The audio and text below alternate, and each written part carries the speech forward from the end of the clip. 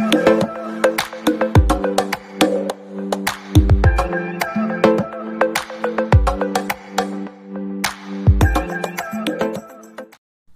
Friends, आपका स्वागत है हमारे आज की वीडियो में।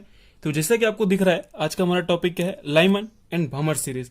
तो ये चीज तो हमने पिछली वीडियो में फाइंड कर ली थी, 2 दिन पहले के वीडियो में, याद है? सैटरडे संडे था इसलिए छुट्टी दी थी और कुछ नहीं। ठीक, तो लाइमन एंड बामर के बारे में पढ़ेंगे। तो अभी तक हमने क्या देखा है उसे एक बार देख लेते हैं, हम अभी तक क्या जानते हैं। ठीक, तो पहले तो ये एनर्जी लेवल, जैसे शेल्स है समझ लीजिए, याद है? मतलब मैं एक सेल्स बना रहा हूँ, मान लो हाइड्रोजन की कोई भी पहली सेल, दूसरी सेल, तीसरी सेल, वो राउंड कर दो अलग बात है, मैं इसे ऐसे बना रहा हूँ, है ना? इसे ऐसे बना रहा हूं मैं, ठीक, ऐसे, फिर ऐसे, फिर ऐसे, ऐसे, ऐसे, है ना?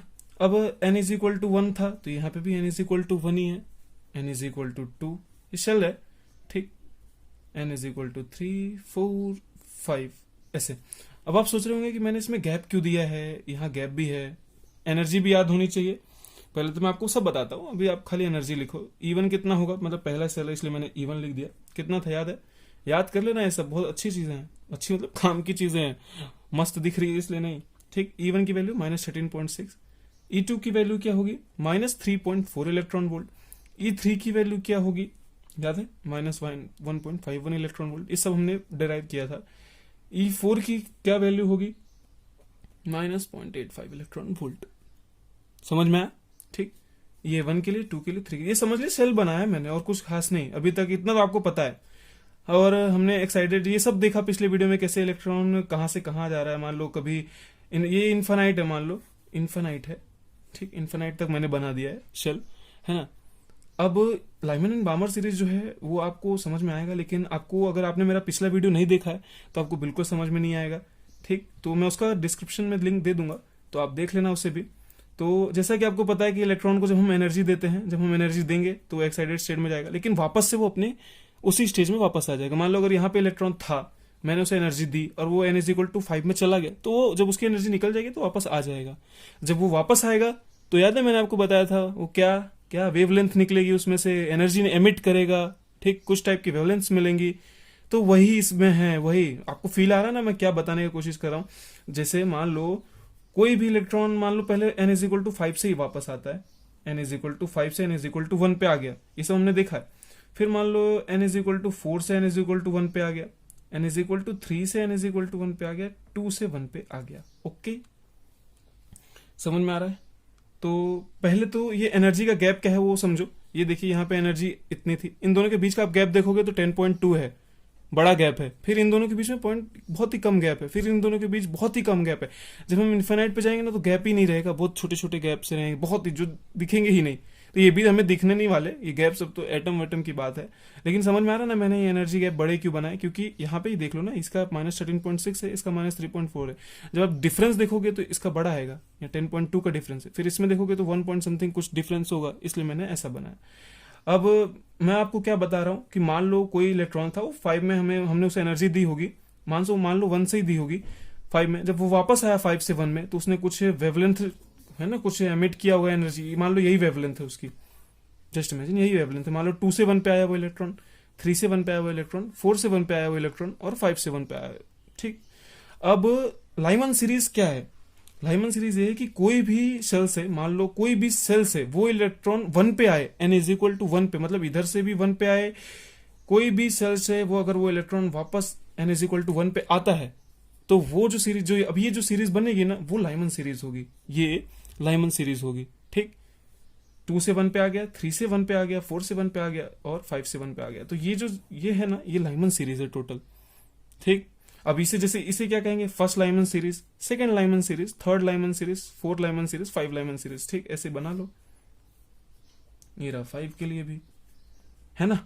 तो ये लाइमन सीरीज है, इतना आपको समझ में आया। तो इनके लिए भी हम एक बार डेरिवेशन देखते हैं कि क्या आपको मतलब और अच्छे से क्लियर होगा।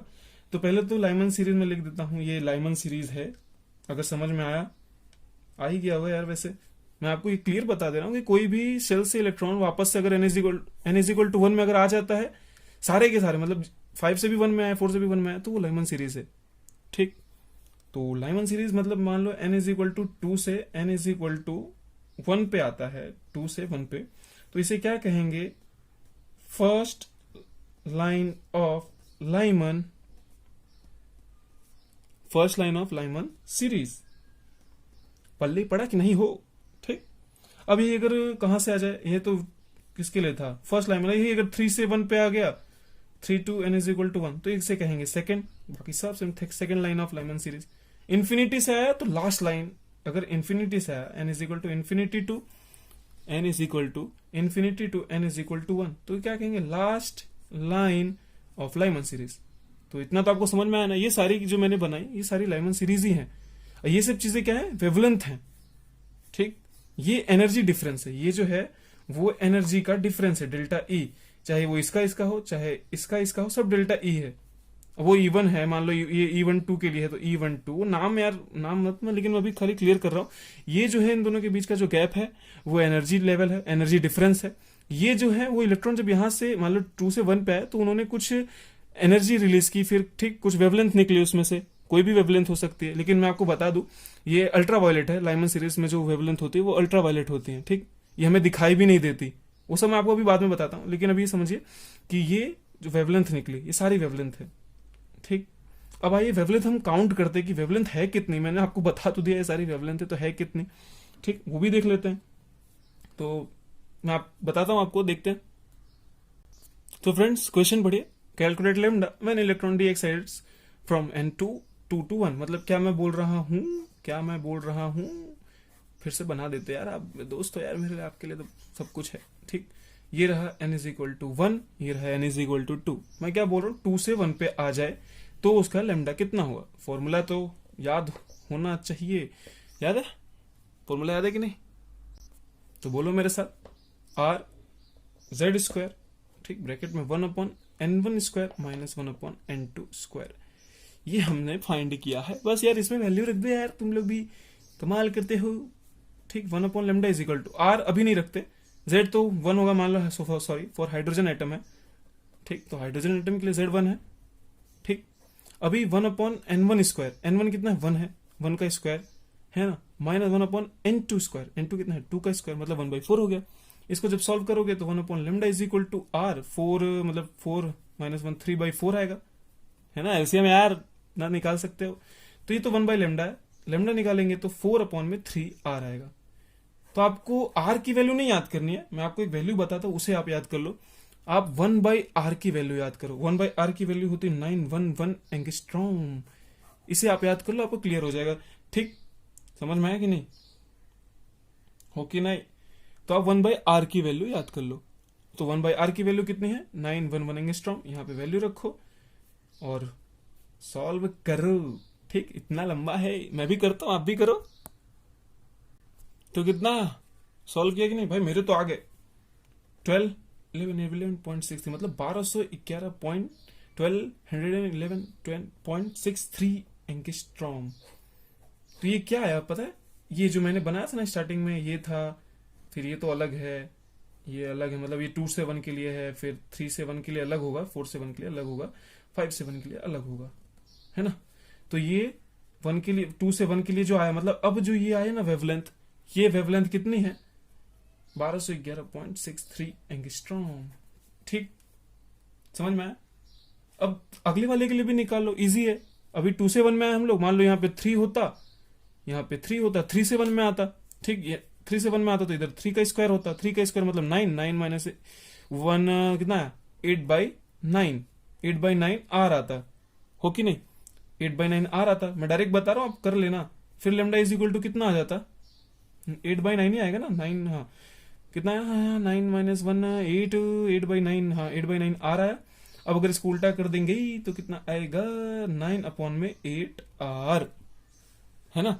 अब इसको सॉल्व कर दो, 1/r की वैल्यू क्या है मैंने आपको बताई, 911 एंगस्ट्रॉम। इसको सॉल्व करो, कितना आएगा, करो फटाफट।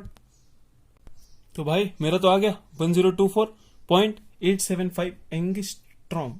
मात्रक लगाना नहीं भूलना कभी, नहीं मार्क करते हैं बोर्ड में, ठीक। तो दूसरे के लिए वेवलेंथ कितनी आई, 1024.875 एंगस्ट्रॉम। आप एक चीज देख रहे हो, ये देखो वेवलेंथ कम हो रही है, अब आप सोच रहे हो कि यहाँ सर एनर्जी गैप तो इसका छोटा है, इसकी ज्यादा वेवलेंथ आई, इसका तो एनर्जी गैप बड़ा है तो इसकी भी ज्यादा आनी चाहिए, इसकी तो इससे ज्यादा आनी चाहिए। मैं वो भी क्लियर करूंगा अभी। एक बार थर्ड के लिए भी निकालो तो यार, 3 से 1 का तो निकाल लिया, अभी 4 से 1 में आया तो कितना होगा? बस यार 4 रखो, मतलब 1/1 का स्क्वायर माइनस 16, ठीक। 16 में से गई 15/16 आर, ये आ जाएगा, वही होगा ना यार, ठीक। अब इसे कर देंगे तो 16/15 आर, हो कि नहीं? सही बोल रहा हूं ना, गलत तो नहीं बोल रहा? गलत बोलो तो बोलना। इसे सॉल्व करो एक बार। तो फ्रेंड्स ये कितना है? 971.73 एंगस्ट्रॉम। ये देखो ये और कम आया, मतलब आप समझ रहे हो, एंगस्ट्रॉम कम होते जा रहे हैं, मतलब जैसे जैसे एनर्जी गैप बढ़ रहा है। ये देखो ये एनर्जी गैप सबसे छोटा था, सबसे छोटे एनर्जी गैप के लिए कितना है? सबसे बड़ा आया, सबसे। अब जैसे मैं आगे बढ़ रहा हूँ 4 से 1 में आया तो एनर्जी गैप कितना है? 971 पॉइंट इतना है। अब मैं समझ लो इन्फिनिटी से लेता हूँ, मान लो कोई इन्फिनिटी से कोई इलेक्ट्रॉन को मैं n=1 पे ले आता हूँ, उसके लिए निकालते हैं। उसके लिए निकालो निकालो निकालो जल्दी, क्या हो जाएगा? मैं अलग पेज पे करता हूँ, ठीक ठीक। तो लगाते वैल्यू सेम वही, आर रहने दो, जेड की वैल्यू तो 1 है, ठीक। 1/n1 कितना है? n1 तो 1 ही रहेगा, 1 का स्क्वायर माइनस 1/n2। n2 क्या है? इन्फिनिटी। 1/∞ 0 होता है यार, पता ही होगा। तो कितनी आई? आर आई, कुछ बचा ही नहीं ना काटने के लिए। तो 1/λ=r, तो λ=1/r। 1/r कितना है? 911 एंगस्ट्रॉम। तो सोच रहे हो इन्फिनिटी पे क्या हो गया? ये सबसे कम वैल्यू है, मतलब जैसे जैसे एनर्जी गैप बढ़ रहा है वैसे वैसे वेवलेंथ क्या हो रही है? घट रही है। याद है सबसे बड़ी वेवलेंथ हमें किसके लिए मिली? n=2 से जब n=1 पे आया तो लॉन्गेस्ट वेवलेंथ हमें मिली, हो कि नहीं? कितने की थी? वो थी 11.63 एंगस्ट्रॉम। और जब n=इंफिनिटी से n=1 पे आए तो हमें क्या मिली? शॉर्टेस्ट वेवलेंथ मिली। लिखो, ये सब नोट करने वाली चीजें हैं। कितने की थी? 911 एंगस्ट्रॉम। अब मैंने आपको एक चीज कहा कि ये इधर देख लीजिए, मैंने आपसे क्या कहा था? आपको थोड़ा कंफ्यूज हुआ होगा कि सर ये एनर्जी गैप छोटा है, इसके लिए सबसे ज्यादा वेवलेंथ आई, आपने वही बताया है ना। n=2 से 1 के लिए कितना था? छोटा सा था, ठीक। और n=∞ से 1, मतलब यहां से मैं यहां पे कोई लेके आ रहा हूं, इधर देखते रहो। ये तो छोटा सा गैप था एनर्जी का, ये बड़ा सा गैप था, तो ऐसा क्यों हुआ? तो उसे क्लियर करो, समझ में आ रहा है ना? पहले तुम आप क्या पूछ रहे हो उसके लिए एक फॉर्मूला याद है आपको? मैंने बताया था, डेल्टा E क्या होता है? SC/λ। समझ रहे हो? मतलब एनर्जी का जो डिफरेंस है वे लेमडा के प्रोपोर्शनल में नहीं है, व्युत्क्रम, मतलब उल्टा है। मतलब अगर एनर्जी बढ़ेगी, मतलब जैसे डेल्टा E की वैल्यू बढ़ेगी तो ये घटेगी, वही हो रहा है ना। अब अगर डेल्टा E कम होगा, मतलब एनर्जी का जो गैप है अगर वो कम होगा तो लेमडा बढ़ जाएगा। यहीं पे देखिए, यहां एनर्जी क्या है? एनर्जी का जो गैप है डेल्टा E कम है, इसलिए इसकी देखिए लेमडा की वैल्यू क्या है? मैक्सिमम आई है ना। डेल्टा E इनरिवर्सिबल पॉसिबल, सॉरी व्युत्क्रम अनुपाती है 1/λ, ठीक। तो डेल्टा E क्या है यहाँ पे? सबसे छोटा है ना, तो इसके लिए लेमडा बहुत बड़ा है। इसके लिए देखिए डेल्टा E बहुत बड़ा था तो लेमडा छोटा आ गया। तो समझ में आया ना क्यों ऐसा हो रहा है? ठीक है, तो उम्मीद करता हूं आपको समझ में आएगा। तो ये थी हमारी लाइमन सीरीज। तो ये पूरी लाइमन सीरीज थी, पूरी मतलब यहां से लेके यहां तक, जहां जब तक 1 पे आएगा जितने इलेक्ट्रॉन आएंगे वो लाइमन सीरीज में है, ठीक। अब बाल्मर के बारे में देखते हैं, बाल्मर, ठीक, उसके बारे में भी पढ़ते हैं। तो फ्रेंड्स बाल्मर सीरीज देखते हैं। लाइमन में क्या था? सब 1 पे गिर रहे थे, सारे इलेक्ट्रॉन कहीं से भी 1 पे आ रहे थे। बाल्मर में क्या हुआ? 2 पे आएंगे, बस इतना ही फर्क है। मतलब समझ लो 3 से 2 पे आ जाए, 4 से 2 पे आ जाए, 5 से 2 पे आ जाए, या फिर 6 से 2 पे आ जाए, या फिर इन्फिनिटी से, मान लो यहाँ कोई इन्फिनिटी है, यहाँ की इन्फिनिटी एन की वैल्यू, मतलब लास्ट शेल से, मतलब इन्फिनिटी शेल से कहां पे आ जाए? 2 पे आ जाए, ठीक। तो सब कुछ सेम वही होगा, हमें खाली कैलकुलेट करना है कि शॉर्टेस्ट कितना है, मैक्सिमम कितना। हम डायरेक्ट वही करते हैं क्योंकि लाइमन में हमने सारा किया, आपको बार बार करने की जरूरत नहीं है, ठीक। लाइमन के लिए देखा जाए तो n1 फिक्स था ना, लाइमन के लिए n1 कितना था? 1 था। अब इसके लिए क्या हुआ? मतलब हमारा मेन फॉर्मूला क्या है? 1/λ=rz², ब्रैकेट में 1/n1² माइनस 1/n2²। लाइमन के लिए n1 तो ऑलवेज 1 था क्योंकि सारे इलेक्ट्रॉन 1 पे आ रहे थे। अब बाल्मर में आए तो बाल्मर में n1 कितना होगा? 2 फिक्स होगा क्योंकि सारे इलेक्ट्रॉन 2 पे आएंगे। तो हम इसमें सारा नहीं निकालेंगे, आपको पता चल गया होगा कि जैसे जैसे यहाँ बढ़ेंगे हमें जो वेवलेंथ मिलेगी वो घटती हुई मिलेगी, है ना। सबसे बड़ी इसकी वेवलेंथ मिलेगी और सबसे कम जो वेवलेंथ होगी वो इसकी होगी, क्योंकि जिसका जितना ज्यादा एनर्जी गैप होगा, ठीक जिसका जितना ज्यादा एनर्जी गैप होगा उसका उतना ही कम वेवलेंथ होगा। इसकी एनर्जी गैप सबसे कम है, याद है यार, अभी अभी बताया, भूलने का नहीं यार, प्रोपोर्शनल टू, ठीक, ये इसे आप याद कर लो। डेल्टा ई व्युत्क्रमानुपाती है इसके 1/λ की, समझ में आया, ठीक। तो बाल्मर का आपका मैं समझता हूं आपको समझ में आया होगा बाल्मर क्या है, कि जो इलेक्ट्रॉन है किसी भी सेल से 2 पे आए। इसको मैं ज्यादा नहीं बता रहा क्योंकि आपको मैंने पहले में सब अच्छे से बताया। इसके लिए वेवलेंथ हमें सबसे ज्यादा मिलेगी, इसके लिए सबसे कम मिलेगी, ठीक। एनर्जी का बढ़ता हुआ लेवल तो यही है, हमें पता है, याद है ना। समझ लो ये रहा हमारा न्यूक्लियस, तो ऐसे ऐसे जब जा रहे थे तो एनर्जी तो इधर ही थी बढ़ते हुए में, तो इधर भी एनर्जी बढ़ते हुए लेवल में ही है ना। तो एनर्जी का इधर सबसे छोटा सबसे कम गैप है एनर्जी का, इधर थोड़ा बड़ा है, इधर बड़ा है, इससे और बड़ा है। तो जितना ज्यादा एनर्जी का बड़ा हुआ गैप होगा, ठीक, हमें उतनी ही शॉर्ट वेवलेंथ मिलेगी। तो हम सबसे शॉर्ट और सबसे लॉन्ग निकाल लेते हैं। मतलब n इज इक्वल टू किधर से 3 से n is equal to 3 to n is equal to 2 पे जब इलेक्ट्रॉन आएंगे उसके लिए हम वेवलेंथ निकालेंगे। वेवलेंथ का फॉर्मूला है 1/λ आर जेड हो गया, मतलब फॉर हाइड्रोजन निकाल रहे हैं, ठीक। 1 स्क्वायर 1/n1 क्या होगा 2 का स्क्वायर, मैंने आपको बताया 1/3 का स्क्वायर, ठीक। लाइमन के लिए n1 फिक्स था 1 था, और बाल्मर के लिए क्या होगा 2 होगा। तो निकालो, आर रहने ही तो अभी कुछ मत करो। यहाँ हो गया 1/4 माइनस 1/9, करो कितना आएगा, अरे करो 9 चौक 36 से 9 माइनस यही होगा,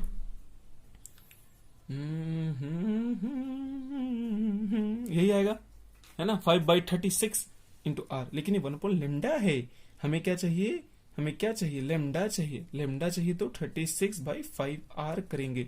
1/r तो हमें पता है, तो 36/5 इंटू आर कितना है याद है 911 मैं अमेरिका की बात नहीं कर रहा हूँ भाई ज्यादा नहीं सोचना चाहिए, ठीक। तो इसे सॉल्व करो, मेरा मुंह मत देखो, मैं मस्ती कर रहा हूँ, तुम्हें नहीं करनी है, ठीक। तो कितनी आई वैल्यू भाई, मैंने तो कैलकुलेट कर लिया, मेरे पास कैलकुलेटर है, मैं कर ही लूंगा। तो गुजरात बोर्ड वाले होंगे तो उनके लिए भी इजी है, क्योंकि उनके पास भी कैलकुलेटर होता ही है। भाई सीबीएसई बोर्ड वालों के लिए दिक्कत है, तो खुद ही करो, ठीक। तो कितनी आई वैल्यू 6559.2 एंगस्ट्रॉम। तो ये सबसे ज्यादा वैल्यू है इसकी, याद है ना, 6559.2 एंगस्ट्रॉम। हम एक बार, अगर आपको पता ही अब घटते हुए में आएगा, इससे कमी मिलेगी अब सारी वैल्यू, क्योंकि यहाँ पे जो मिनिमम था एनर्जी का गैप, मिनिमम एनर्जी गैप है, मतलब यहाँ से यहाँ इलेक्ट्रॉन को आने में एनर्जी, मतलब एनर्जी गैप कम है इधर, आपको इतना पता चला ना। तो अब जैसे जैसे आगे बढ़ेंगे एनर्जी गैप बढ़ेगा तो हमें वेवलेंथ कम की मिलेगी। इन्फिनाइट के लिए डायरेक्ट निकालते हैं यार, निकालो, वैल्यू रखो, ये फिक्स ही होगा क्योंकि 2 पे ही आना है। इधर मैं इन्फिनाइट डायरेक्ट लिख दे रहा हूँ, आप नोट्स बनाना तो अच्छे से लिखना, मेरे जैसा नहीं। ये टेंस टू 0 हो जाएगा, कितनी हो जाएगी वैल्यू 1/4।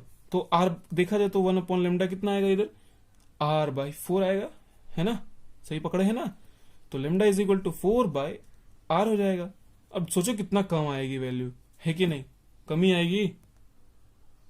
तो फ्रेंड्स कैलकुलेट किया कितने 3644 एंगस्ट्रॉम।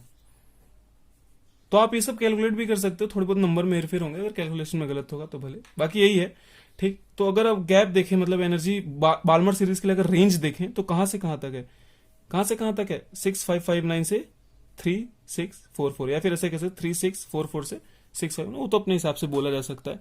लेकिन समझ में आया ना, यहां से देखिए हमें क्या मिल रहा है, तो लैम्डा की वैल्यू घट रही है, सबसे कम हमें यहाँ पे मिली। तो यही था लाइमन एंड बाल्मर।